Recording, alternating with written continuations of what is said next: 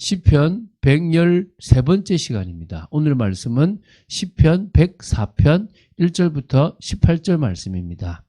7절부터 9절 말씀을 합독하고 시편 104편 그래서 첫 번째 단락 한 반 정도만 보고요. 이렇게 내일 또 이렇게 시편 104편을 마무리하도록 하겠습니다.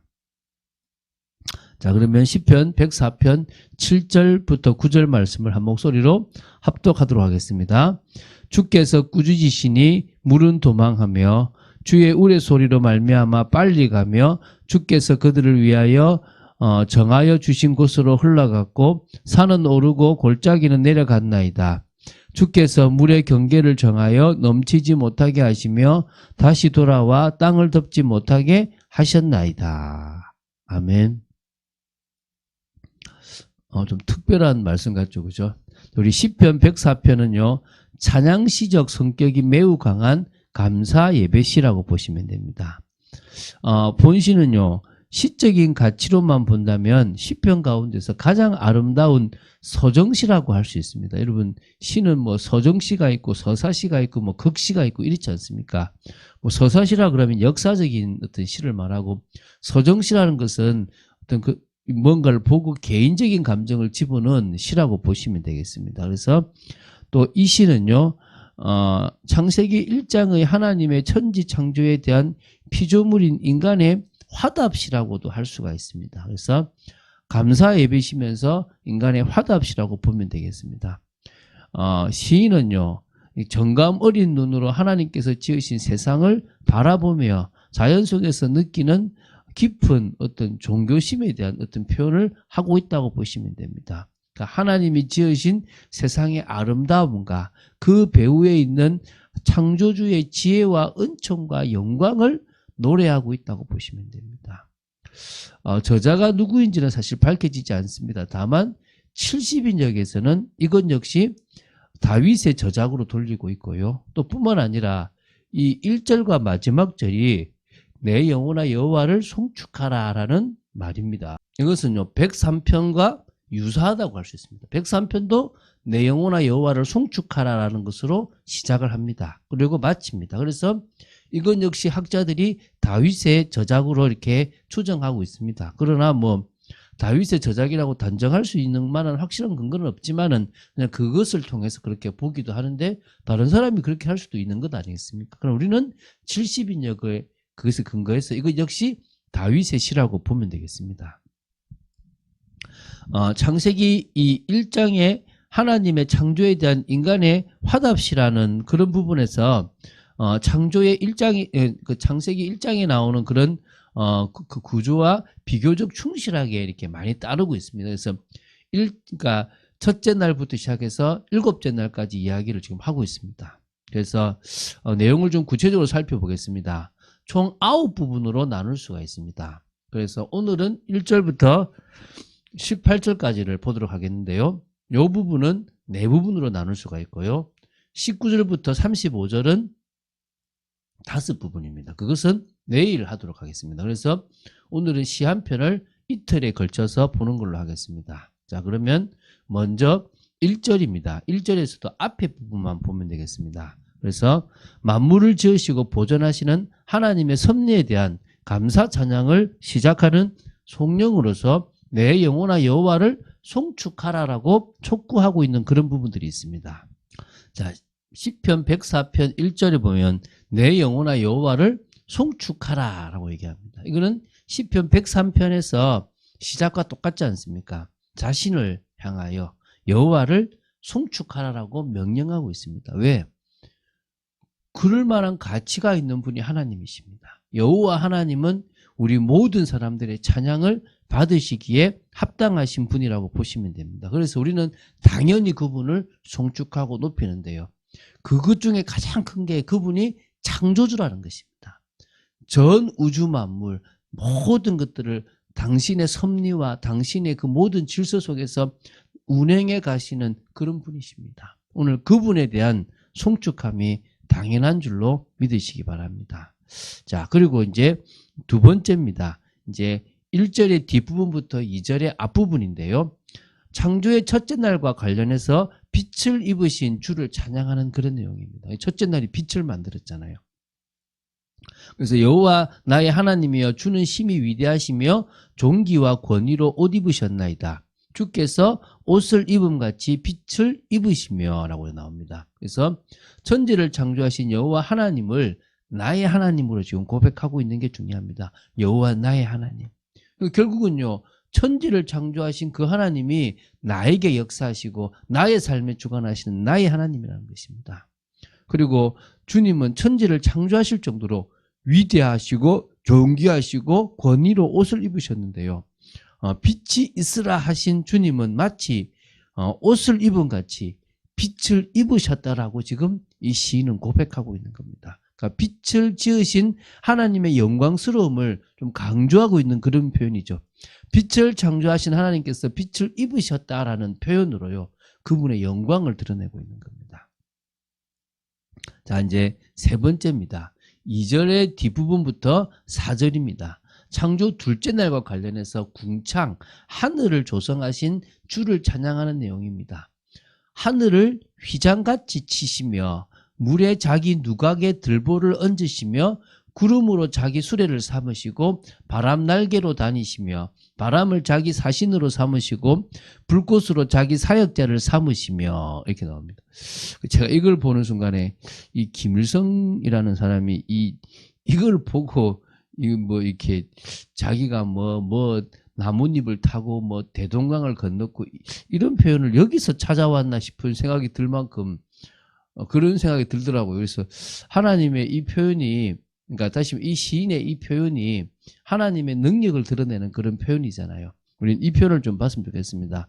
하늘이란 하늘 아래의 물과 하늘 위의 물을 구분하기 위해서 널리 퍼져 있는 공간, 그 궁창을 뜻합니다.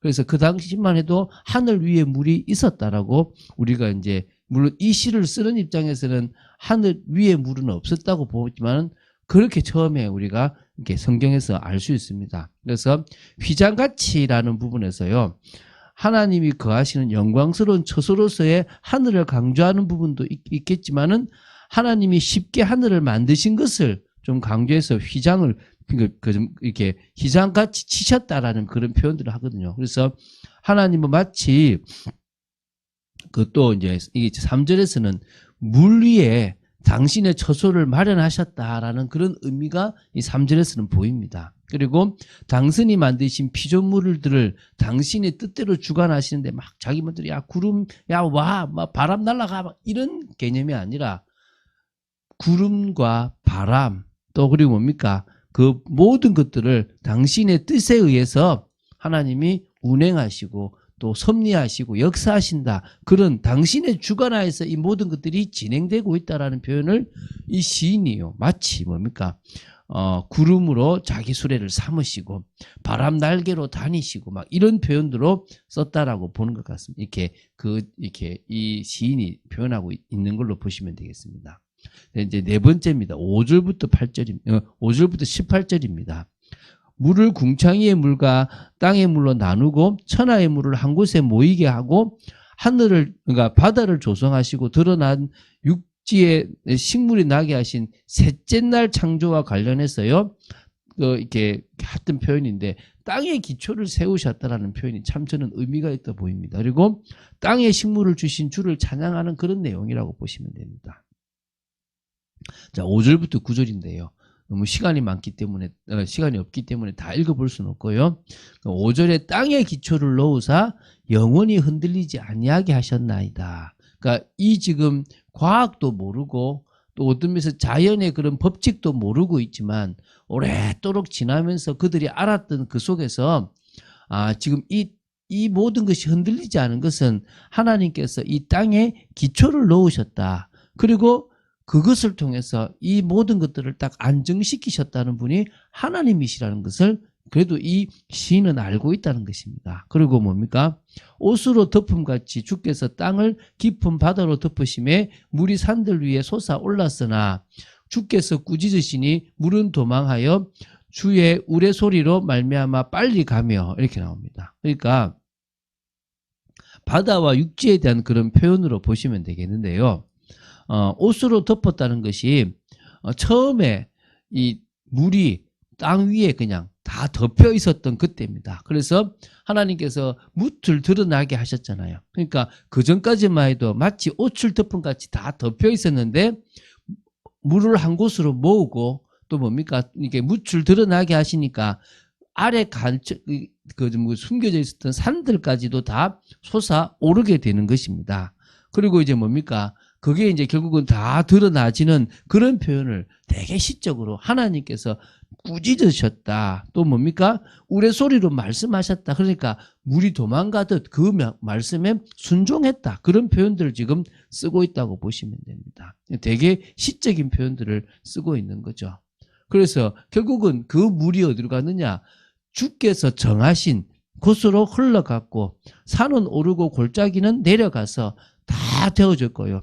주께서 물의 경계를 정해가지고 넘치지 못하게도 하셨고 다시 돌아와 땅을 덮지 못하게도, 그래서 다시는 그것이 물이 다 덮지 않도록 다 물이 있어야 될 곳, 또 이렇게 묻이 드러날 곳은 드러나게끔 하나님께서 가장 질서 있게 하셨다라는 그런 표현입니다. 그리고 이제 10절부터 18절입니다.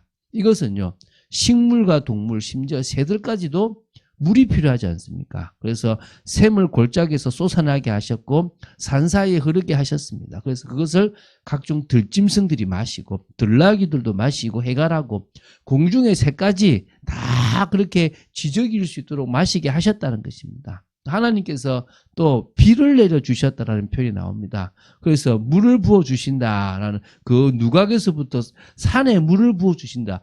산에 물을 부어준단 말인 지금 비를 말하는 거 알겠습니까? 그렇죠?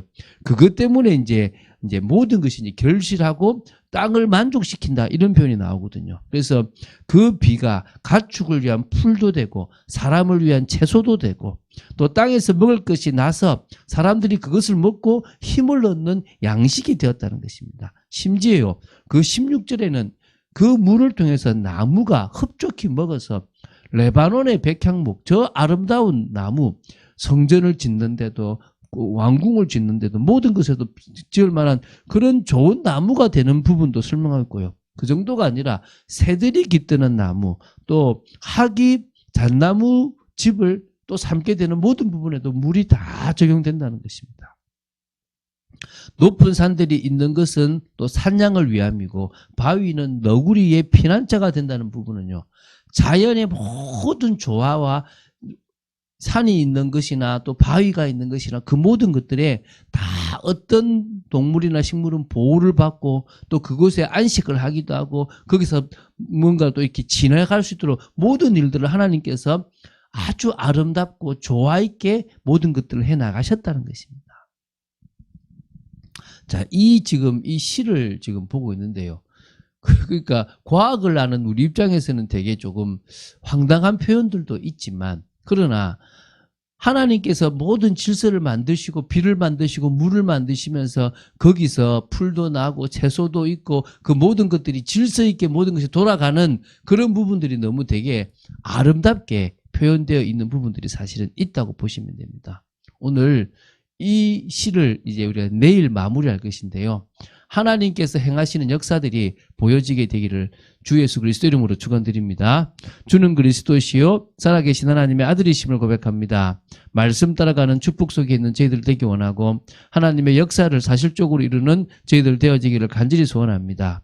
오늘 시편 104편에 창조주 하나님의 능력을 이 시인의 서정적인 표현에서 우리가 지금 봤습니다. 아버지 하나님, 한 편이 너무 길기 때문에 한 번에 다 볼 수 없지만 내일 우리가 이 시를 정리하면서 하나님께서 창조하신 이 세계가 얼마나 질서 있고 조화로웠는지를 저희들이 보게 하여 주시고 그 속에 저희들이 또 하나님의 뜻과 영광을 드러내는 한 존재로 남게 되기를 간절히 소원합니다. 역사하여 주시옵소서. 주 예수 그리스도 이름으로 기도드립니다. 아멘.